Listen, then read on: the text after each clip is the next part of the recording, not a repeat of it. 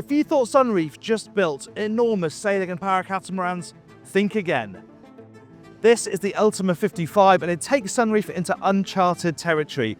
This is their take on a luxurious dayboat and typically they've done it in their own unique way. I mean, just look at it. It's a multi-hull, of course, it's got IPS pods, it's also got foils, so it should be smooth riding and efficient. In this video, I'm going to see if that's the case and give you a full tour. I'm Jack Haines, welcome to YachtBuyer.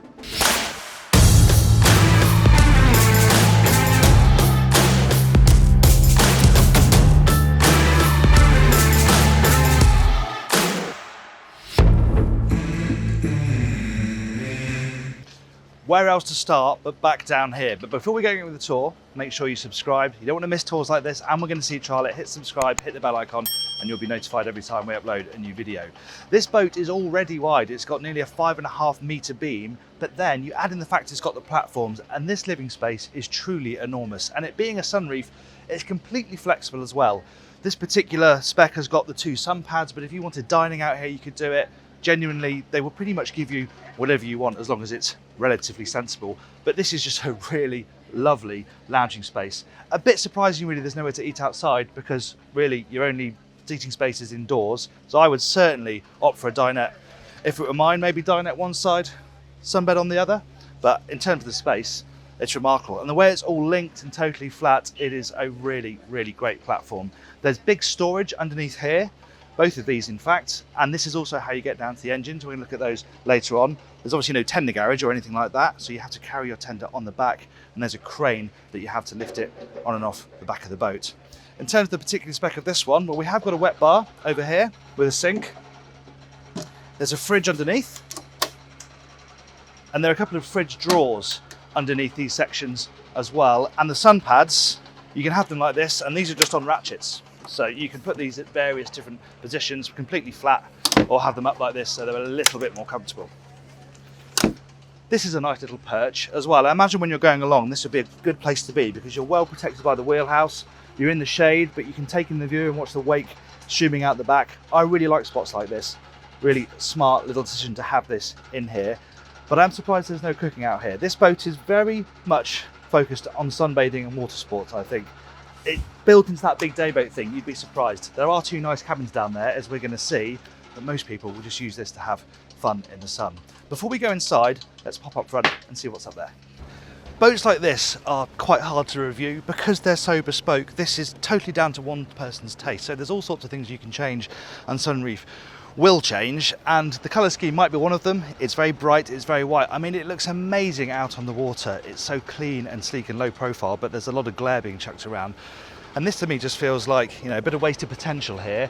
We'll see inside. It could probably do with a sunroof. Again, something they could probably offer. Or what about some solar panels? I mean, they put solar panels all over the bigger boats.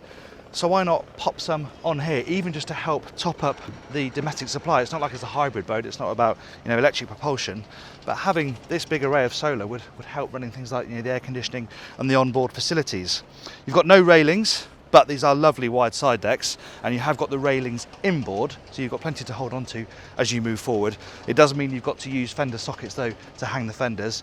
And then up here we've got another nice sunbathing space, you know, big sun pad here. You've got some cup holders and some pop-up lights, so you've got some illumination if you're sitting up here of an evening. And then right forward you have obviously, you know, nice wide bow, so a large anchor locker, and it's quite a smart mechanism as well because it's hidden away. So there's a flap there that pops open, the anchor drops down, and then when the anchor's in, you can't see it at all. So it's all nice and clean and protected because of course otherwise it would be hanging down between the hulls.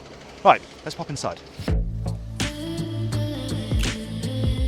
Right, into the saloon then. First things first, look at these doors. These are great. I love the curvature in them. And actually, although it's very low profile, the head heights are pretty good inside this wheelhouse. Obviously, these close up and fully insulate this area. As I said on deck, I think a sunroof would be a pretty nice addition. At the end of the video, I'll discuss why I think they might have gone for this type of design for a boat like this.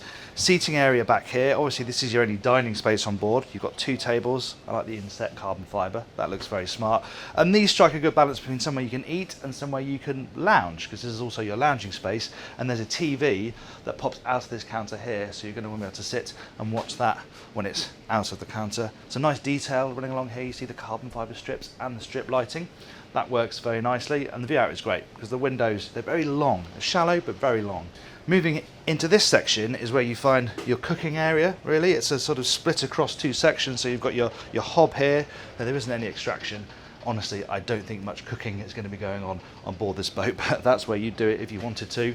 The oven is down there, and then over here you have the sink with the tap. So you've got your sort of basic facilities, but really, hosting dinner on board is not really what it's about. What you have got is two really good cabins, and a little sneaky one down here.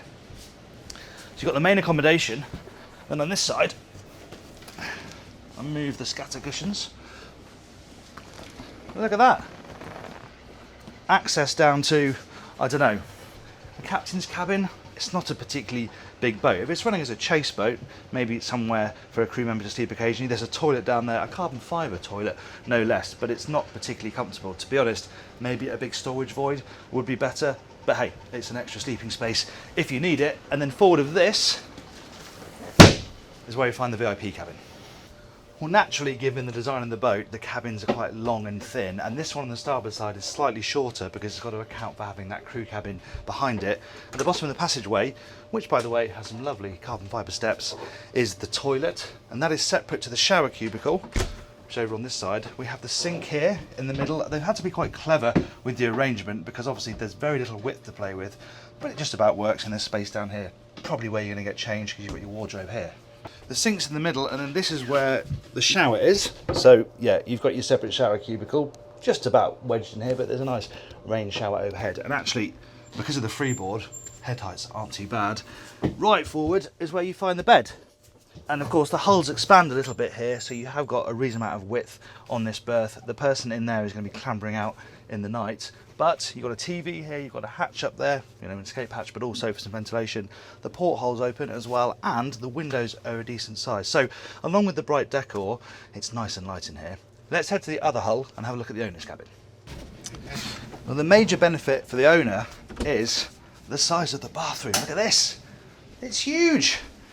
Everything all contained in one place in this cabin. Sinks there, toilets down there. Mind you, it's in this little cubicle, so if you're on the larger side, that might be a bit uncomfortable. Nothing wrong with the shower cubicle though, that's nice, and the finish is good in there. I like the lighting and everything. It does look really smart. Flooring's lovely too. And then moving forward, you have your wardrobe bang in the middle, and there's even space in here to have a sofa, so you can sit down here, put your shoes and socks on, that sort of thing, and just take the weight off and not have to sit on the bed. There's a little bit more storage up here.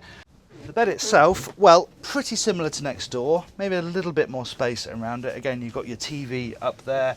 There's a bedside table here as well, so at least the person on this side has somewhere to put their devices.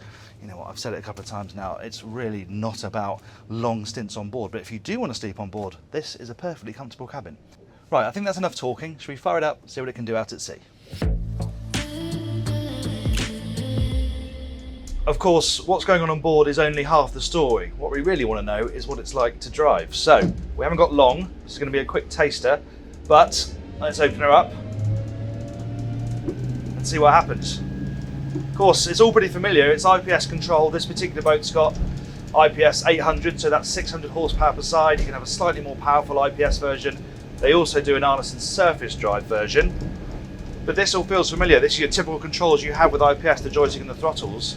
But we're now at just below 20 knots, and you can already feel like the sensation of just hovering slightly over the surface of the waves. It isn't particularly choppy today, but you would have more of a sensation of the ripples, certainly, it feels like. And as you up the speed, you can feel the boat just lift a little bit. And of course, this is slightly muddied by the fact that it's a slender multi-hull, so you've already got those hulls slicing really cleanly through the water. And you add in the fact that you have the foils helping to increase lift. And we are now going along at just shy of 30 knots. And of course we're fully enclosed, so that does reduce the sensation of speed. The other thing to remember is this is not a full foiling boat. This is not like a Candela or the Tide, the icon for BMW that we have a test of on the channel. We are not fully out the water here. It's giving you some partial lift to help reduce drag, improve ride comfort. So the hulls are still in touch with the water, so you are still going to get the effect of the waves. You're still going to feel the lumps and bumps. You can probably tell, it's not like we're hovering across the surface of the water. But the combination of having those slender hulls, IPS pod drives, means that you really do track through the water very nicely. And then when it comes to handling, it doesn't heel. Of course, it's a multi-hull, inherently very stable.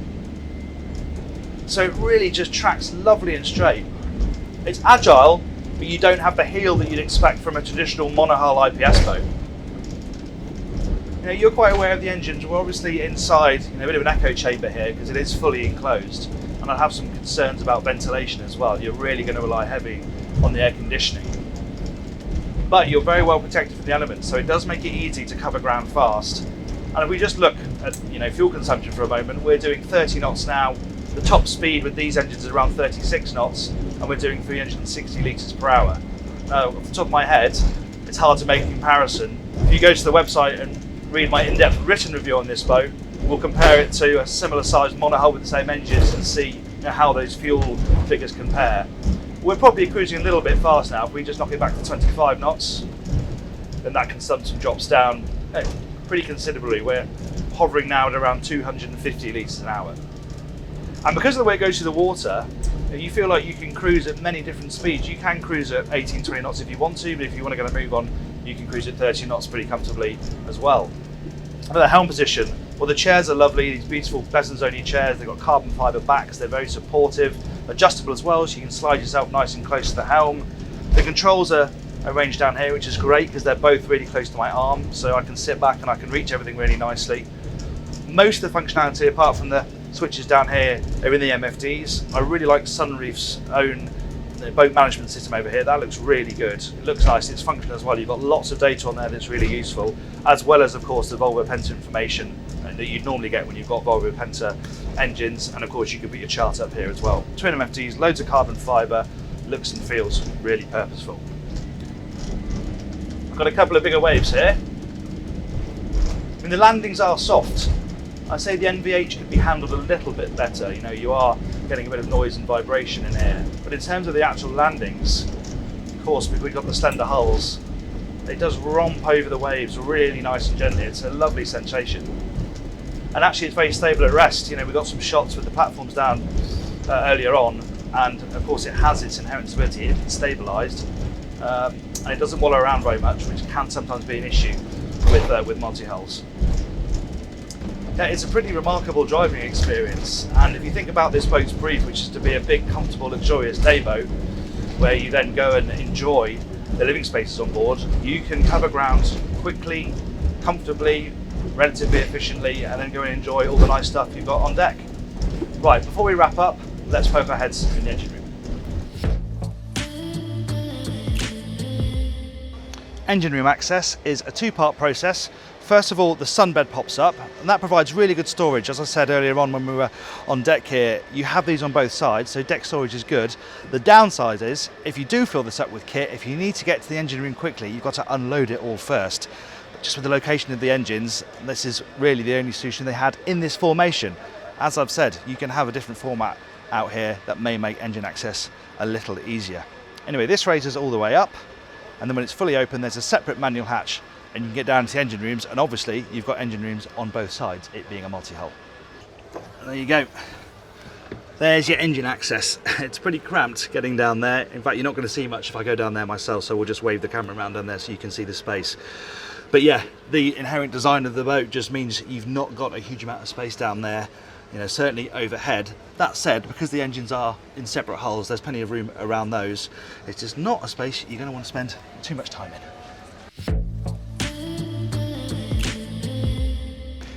This is the 7th one of these they've built, and the first one was launched in Dubai, and actually that makes perfect sense to me. This is the type of boat that I can see really working there. It's very much day boat territory. They want performance, they want something that looks really good, and it certainly looks awesome. I mean, in this entire show, it's one of the most striking things you're going to see out on the water.